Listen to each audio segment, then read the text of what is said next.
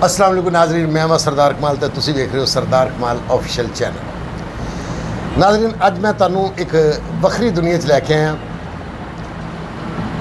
वाजा बैंड बारात जिहदा जिहदा ब्याह होया, जिहदे जिहदे घर बच्चा पैदा होया, जिथे जिथे खुशी हुई है उत्थे बैंड जरूर आया, वाजे जरूर वजे ने। साडे लाहौर विच एक बड़ी वड्डी मार्केट दाता सरकार दे बिल्कुल पहलू च पार्टी गेट दे अंदर एक बड़ी वड्डी मार्केट है बैंड दी। इस लाहौर धरती उत्ते बड़े बड़े नाँ होए, बैंड दी दुनिया के बड़े बड़े बादशाह होए, जिन्हां दे विचों उस्ताद आलमगीर साहब, रंगी खां साहब, सोनी बैंड, बड़े दुनिया के नामवर लोग होए।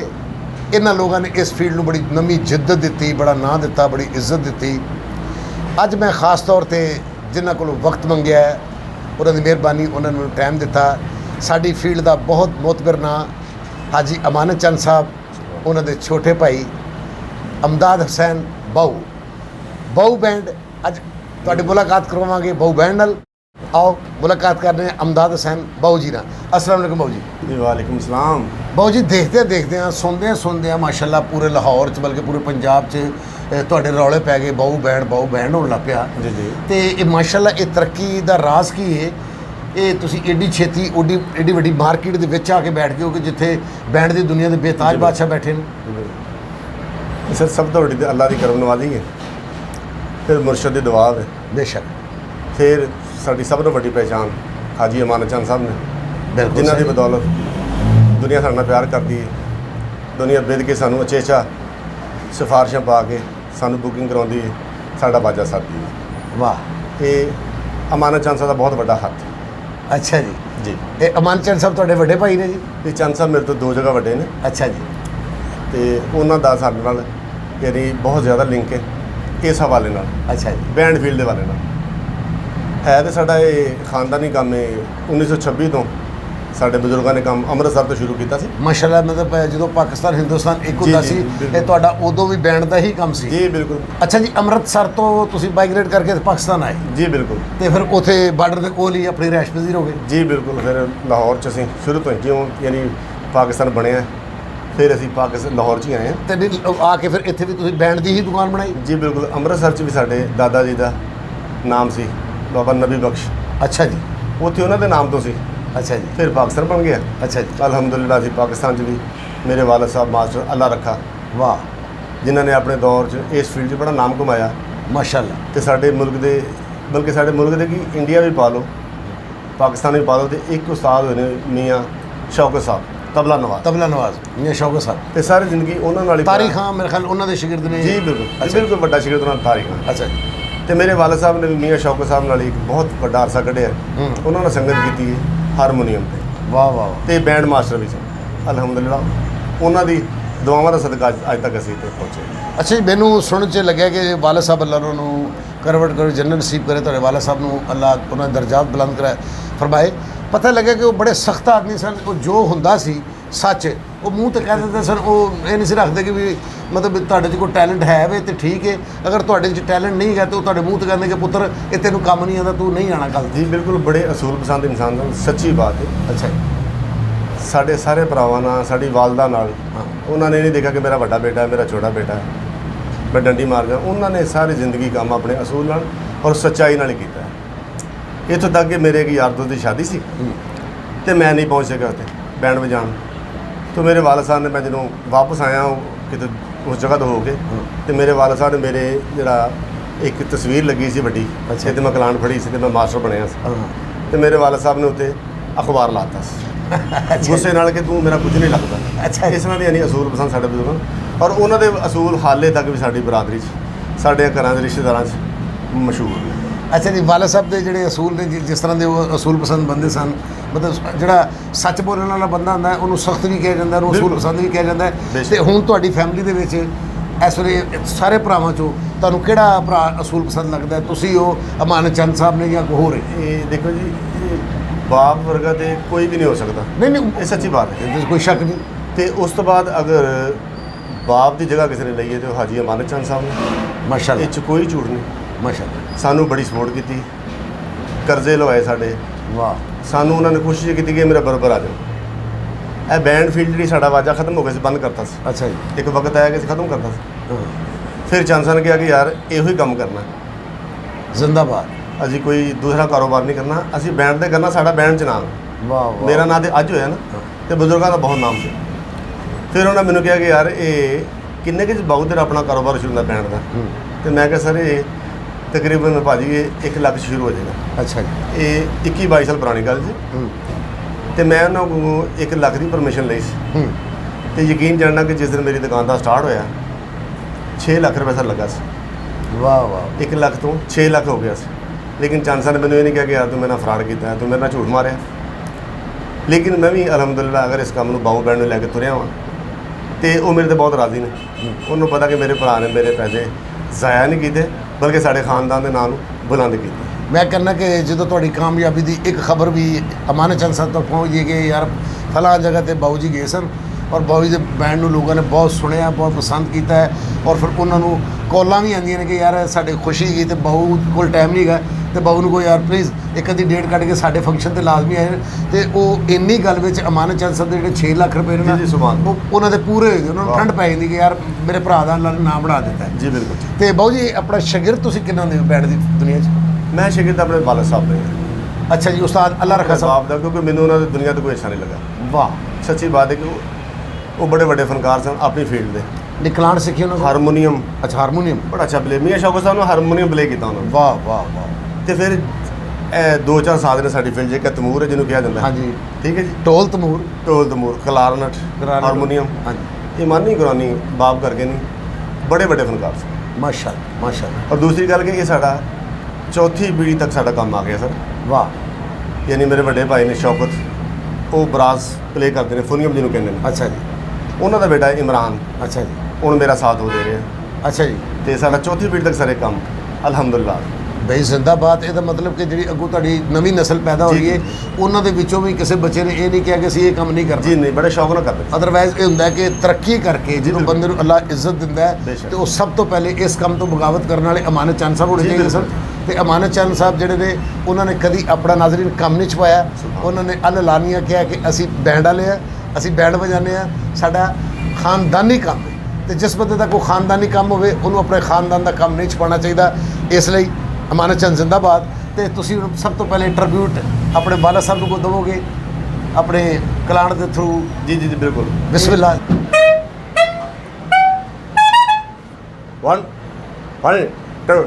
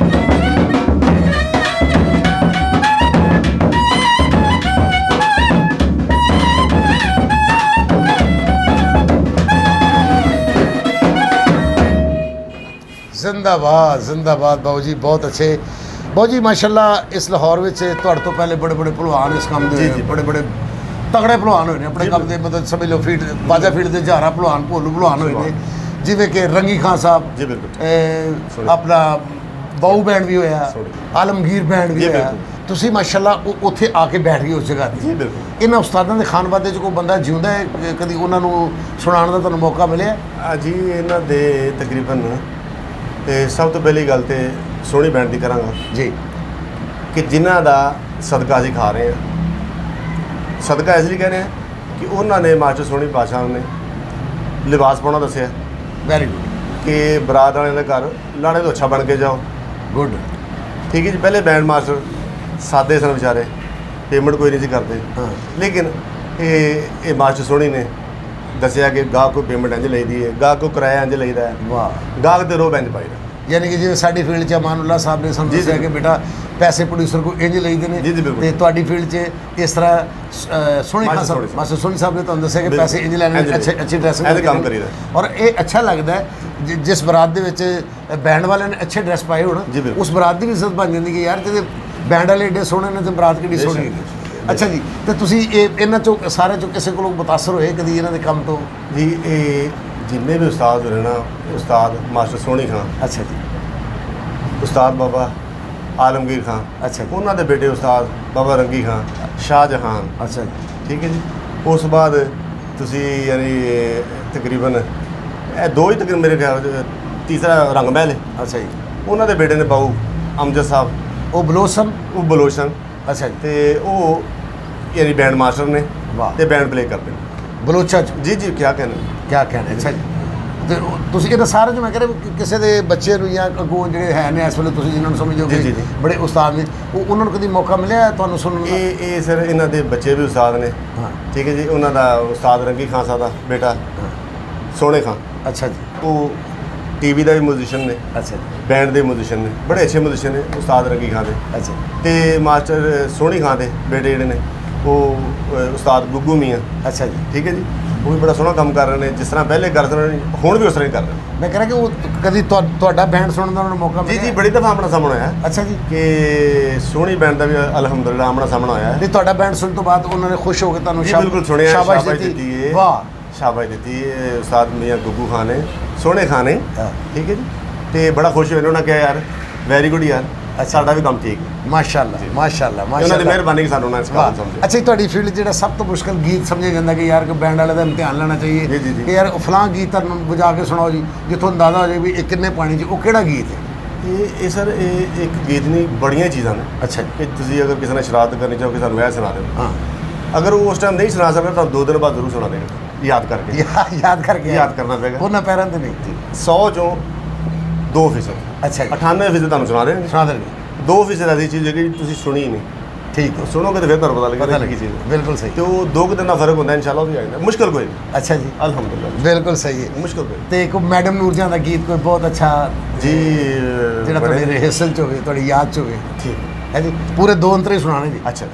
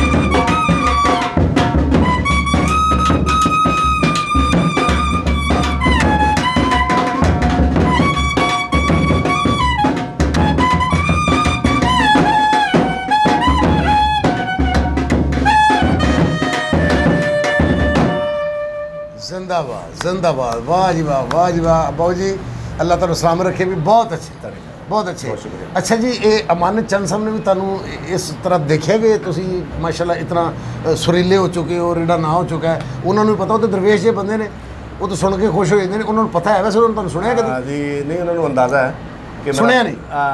बहुत शॉर्ट सुने एक दो जगह ਤੇ, अच्छा। लेकिन बहुत शॉर्ट सुने ਤੇ ਭਾਈ ਉਹਨਾਂ ਦਾ ਜ਼ਾਹਰ ਹੈ ਉਹ ਸੁਰੀਲੇ ਨੇ, ਤੇ ਮੈਨੂੰ ਵੀ ਸੁਰੀਲਾ ਹੀ ਹੋਣਾ ਚਾਹੀਦਾ। ਵੱਡੇ ਭਾਈ ਸਾਡੇ ਜਿਹੜੇ ਨਾ ਸ਼ੌਕਤ ਸਾਹਿਬ ਜਿਹੜੇ ਗਫੁਨੀਆਂ ਵਜਾਉਂਦੇ ਨੇ, अच्छा जी, ਉਹ ਸਾਡੇ ਸਭ ਤੋਂ ਸੁਰੀਲੇ। अच्छा माशाल्लाह। ਉਹ ਮਾਸ਼ਾਅੱਲਾ ਜ਼ੇਨ ਹੀ ਉਹਨਾਂ ਦਾ ਬੜਾ ਤੇਜ਼ ਹੈ, ਕੰਮ ਵਾਲਾ ਅੱਛਾ। ਤੇ ਖੁਦ ਵੀ ਉਹ ਬਹੁਤ ਸੁਰੀਲੇ ਨੇ ਇਹ ਮਾਸ਼ਾਅੱਲਾ। ਦੇਖੋ ਨਾ, ਇਹ ਅਦਬ ਦਾ ਮੁਕਾਮ ਹੈ ਨਾ, ਤੁਸੀਂ ਉਹਨਾਂ ਨੂੰ ਸੁਰੀਲੇ ਕਹਿ ਰਹੇ ਨੇ, ਉਹ ਸਾਰੇ ਤੁਹਾਨੂੰ ਰਲ ਕੇ ਕਹਿ ਰਹੇ ਨੇ ਕਿ ਯਾਰ ਬਹੂ ਸਾਡੇ ਖਾਨਦਾਨ ਦਾ ਮਾਸ਼ਾਅੱਲਾ ਮਿਹਰਬਾਨੀ। ਸਰਕੜਮਾ ਬੰਦਾ ਜੀ, ਤੁਹਾਡਾ ਸਾਡੇ ਖਾਨਦਾਨ ਦਾ ਨਾਂ ਰੋਸ਼ਨ ਕਰ ਦਿੱਤਾ ਹੈ।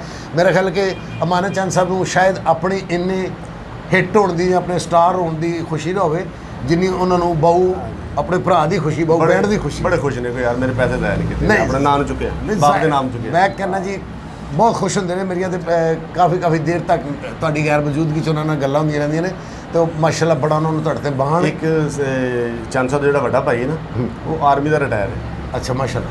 ਤੇ ਉਹ ਕਹਿੰਦਾ ਯਾਰ ਚੰਨ ਤੇਰਾ ਵੀ ਬੜਾ ਨਾਮ ਹੈ, ਵੱਡੇ ਭਾਈ ਸ਼ੌਕਤ ਦਾ ਵੀ ਬੜਾ ਨਾਮ, ਬਾਊ ਦਾ ਵੀ ਬੜਾ ਨਾਮ ਹੈ, ਤੇ ਯਾਰ ਮੇਰਾ ਨਾਂ ਨਹੀਂ ਗਾ, ਮੈਂ ਫਿਰ ਕੋਈ ਬੰਦਾ ਬੱਸ ਥੱਲੇ ਦੇਵਾਂ।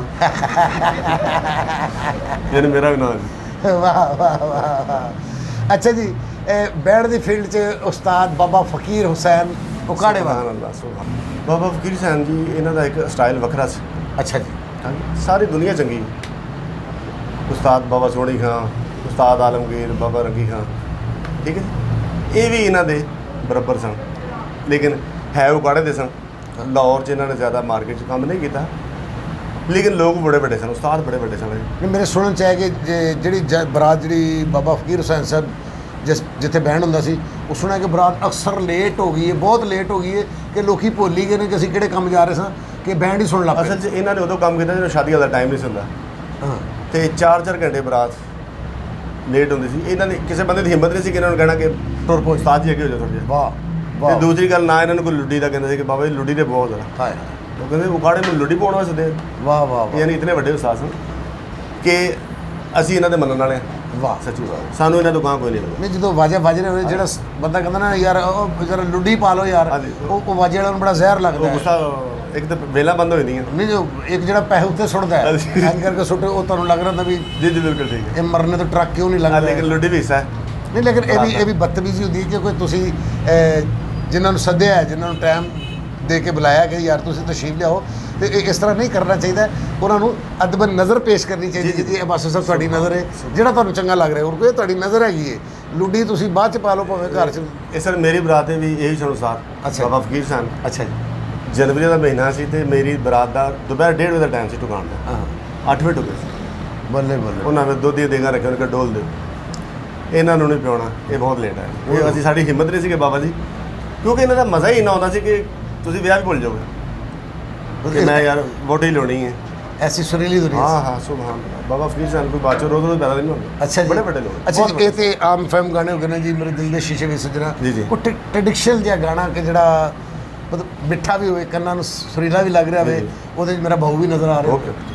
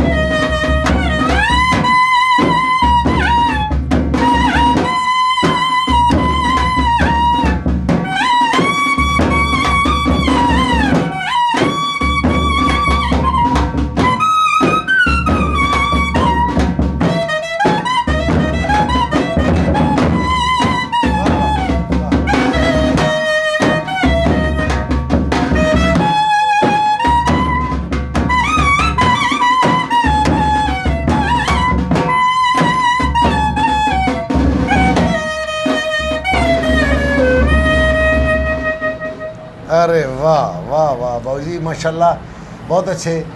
बहुत जी अमानत चंद साहब भी इस फील्ड च आए बैंड की फील्ड च?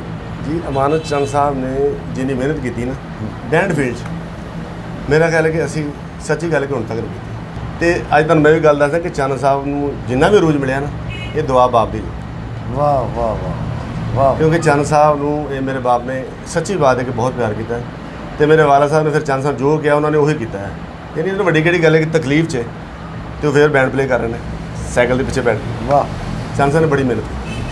अल्लाह ने उन्होंने मेहनत का सिला भी उन्होंने जी दिता जी है। बेशक अज पूरी दुनिया ते अमानत चंद का नाम है जी और अच्छे जी अच्छे बेशक। अच्छे लफ्ज़ों नाल दुनिया बड़े- याद करती है। बड़े- हाँ जी जिथे जाइदा है अमानत चंद साहब के बारे च लोगों की ओपीनियन एक वक्री ओपीनियन और ऐसे भरा नहीं पैदा हो सकते ਕਿਸੇ ਵੀ ਬਰਾਦਰੀ 'ਚ। बहुत ही अच्छे इंसान। मैं तो जी उन्होंने नाल देखो जी दुनिया के किसी सफ़र करो तो पता लगता है बेशक। तो मैं तो उन्होंने बड़े सफ़र किए क्या तो मेरा तो जो खास सफ़र है वो हज का सफ़र है। जी सुभान अल्लाह। ਅਸੀਂ ਹਜ ਤੇ ਇਕੱਠੇ ਸਾਂ ਤੇ ਠੀਕ ਹੈ ਜੀ ਉਹ ਤਕਲੀਫ ਦੇਣ ਵਾਲੇ ਇਨਸਾਨ ਹੀ ਨਹੀਂ ਬੇਸ਼ੱਕ ਸੱਚੀ। ਤੇ ਅੱਲਾ ਉਹਨਾਂ ਨੂੰ ਸਲਾਮਤ ਰੱਖੇ, ਅੱਲਾ ਤੁਹਾਨੂੰ ਵੀ ਸਲਾਮਤ ਰੱਖੇ। ਬੜੀ ਮਿਹਰਬਾਨੀ। ਸਾਡੇ ਪ੍ਰੋਗਰਾਮ ਦਾ ਵੇਲਾ ਮੁੱਕਦਾ ਪਿਆ ਹੈ ਤੇ ਪ੍ਰੋਗਰਾਮ ਮੁਕਾਉਣ ਤੋਂ ਪਹਿਲੇ ਮੈਂ ਚਾਹੁੰਦਾ ਕਿ ਪਤਨ ਚਨਾ ਦੇ ਜੰਗਲ ਵੇਲੇ ਵੱਜੀਆਂ ਦੇਣ ਦੁਹਾਈਆਂ ਇਹ ਸੁਣਾ ਦਿਓ ਤੇ ਇਹਦੇ ਉਸ ਬਾਅਦ ਅਸੀਂ ਤੁਹਾਡੇ ਕੋਲ ਇਜਾਜ਼ਤ ਲਵਾਂਗੇ।